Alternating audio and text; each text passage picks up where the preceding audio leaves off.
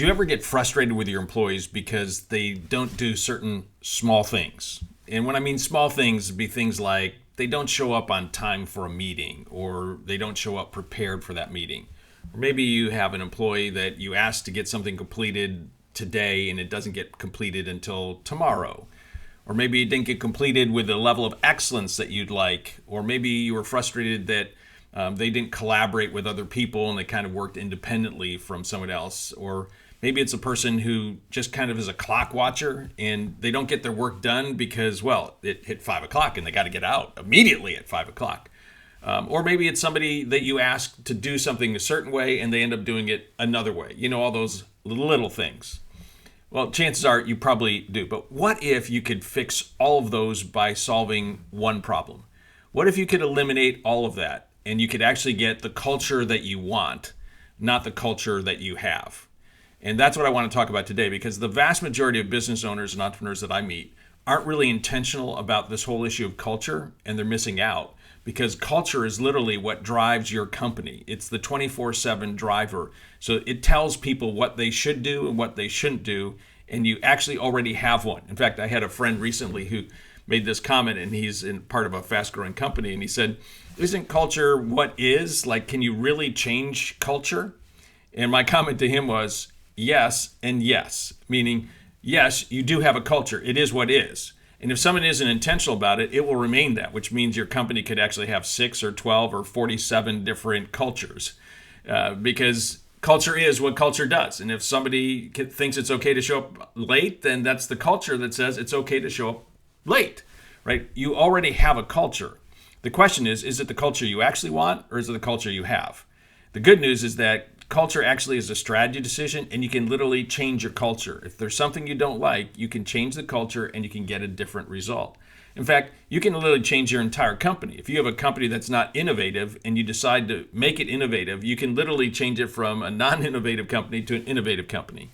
If your people aren't really producing cultural, let's say, excellence right now, you can make it a more excellent company. If it's not really customer relationship driven, you can make it a really great customer service driven kind of company. You can literally change it at a strategic level by being really intentional about focusing on creating the culture that you want, not the culture you have, but the culture that you want.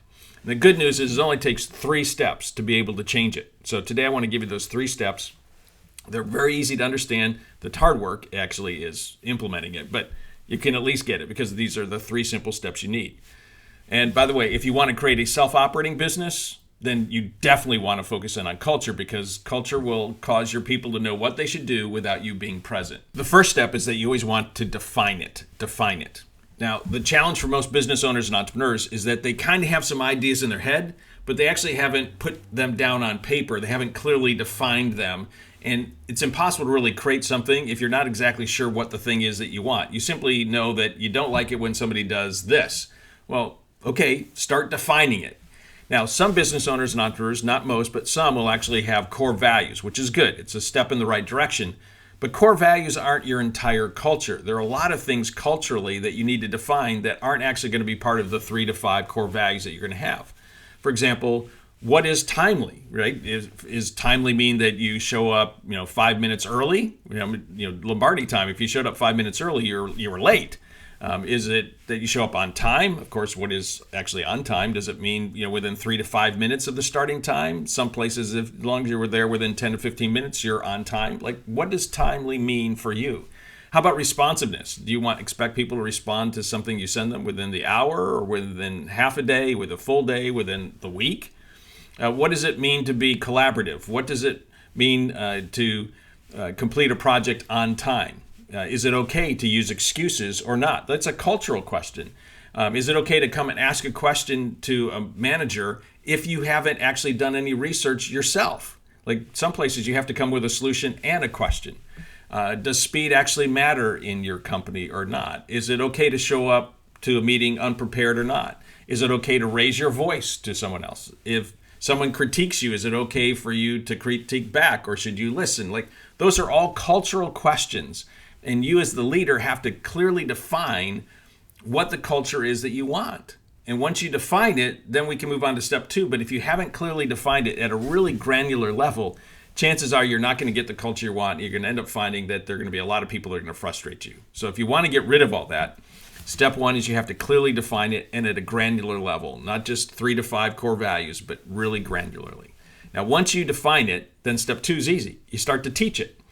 And that teaching isn't just like I put it on a piece of paper, I talk about it at one meeting and we're done, right? Like teaching it is a daily, weekly process over and over and over again. First of all, you need to make sure it's true of you because role modeling is important, but role modeling is not enough. So not only do you have to live it out, but you have to teach people what those core values are. And then you need to find stories of people who are lifting them up because you want to be able to say, collaboration is a core value here. And Sally, I just want to thank you so much that you worked with these 3 other people, blah, blah, blah, on completing this project. Great job. You're lifting up our culture. And Frank comes prepared to the meeting. You don't just pass that by. You take it as an opportunity to say, hey, Frank, thanks so much for all the preparation you did for this meeting. You lifted up our cultural value. I really appreciate that a lot. And so you talk about it, you teach it, you lift it up, you tell stories about it, you find stories from other places. Whatever you need to do, you just talk about it incessantly, like on a daily and weekly basis, not putting up a wall and you're done. So 1 is you got to define it. Step 2, then you have to teach it. And then step 3, this is the real important one, you have to enforce it. And this is where a lot of people mess up. In fact, in our BizScalers Club, I actually do a weekly leadership lesson. And the second lesson I did was entitled, Culture Isn't What's Written, It's What's Enforced. Culture isn't what's written, it's what's enforced. Because frankly, what happens is people will come up with some core values, maybe, or some other cultural values, and they might put them on a piece of paper. They might put them up on the wall.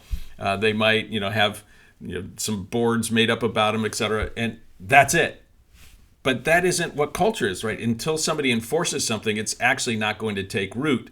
And that means that you need to enforce it. When somebody's choosing to, come late to a meeting, you need to call them on the fact that they're late to the meeting. If they're unprepared, you call them on that. If they're using excuses, you call them on that. And you don't have to be a jerk about it, but you need to make sure that as soon as somebody moves away from the culture, you're enforcing this is the culture that we have here. And the real key here is that you need to enforce it on everybody and consistently, right? If you're a parent, you understand consistency is everything in parenting. Because if kids can get away from it, they understand this principle that everyone moves to the lowest form of enforcement. So if no one's reinforcing it, no one's holding them accountable, they will always move down and they'll do whatever they want to do. So you need to do it. And most importantly, you need to hold your star players accountable to the culture. You probably remember this experience in high school at some point, maybe college, when the key player on the team ends up breaking curfew or does something that they're not supposed to do, and any other player would be benched, but they're the star player, and this is a big game. And so the coach chooses not to bench the star player because they want to win the game. Then you realize that's not really a cultural value, right? The coach that benches the star player, that's the coach you go, okay, this is the real culture. So even with your best performers, you need to hold them accountable to your culture. Because if you'll define it and you'll teach it and you'll enforce it, what you're going to find is the culture that you want is going to be the culture that you're going to get. And it only takes 3 simple steps. Define it, teach it, and enforce it. And if you do that, you'll get the culture that you actually want. And not only will you get the culture that you want, you're going to love your business more. Your employees are going to enjoy your business. Everyone's going to be more productive. People are going to want to recruit other people to your team. You're going to solve the talent problem as well. Your customers are going to be happier. Like everything happens better when you get the culture right. So what do you need to do this day, this week, in order to be able to build the kind of culture you actually want? Start by defining it, then start teaching it every day, and make sure you enforce it. And if you do those 3 things, you can actually have the culture you want. So hopefully you enjoyed this week's lesson. I encourage you, if you haven't subscribed and you're listening to this on YouTube or podcast, you hit the subscribe button, because my commitment to you is to help give you actionable ideas and content that can help you build and scale a self-operating business. So until next time, to Accelerated Success, Bruce out.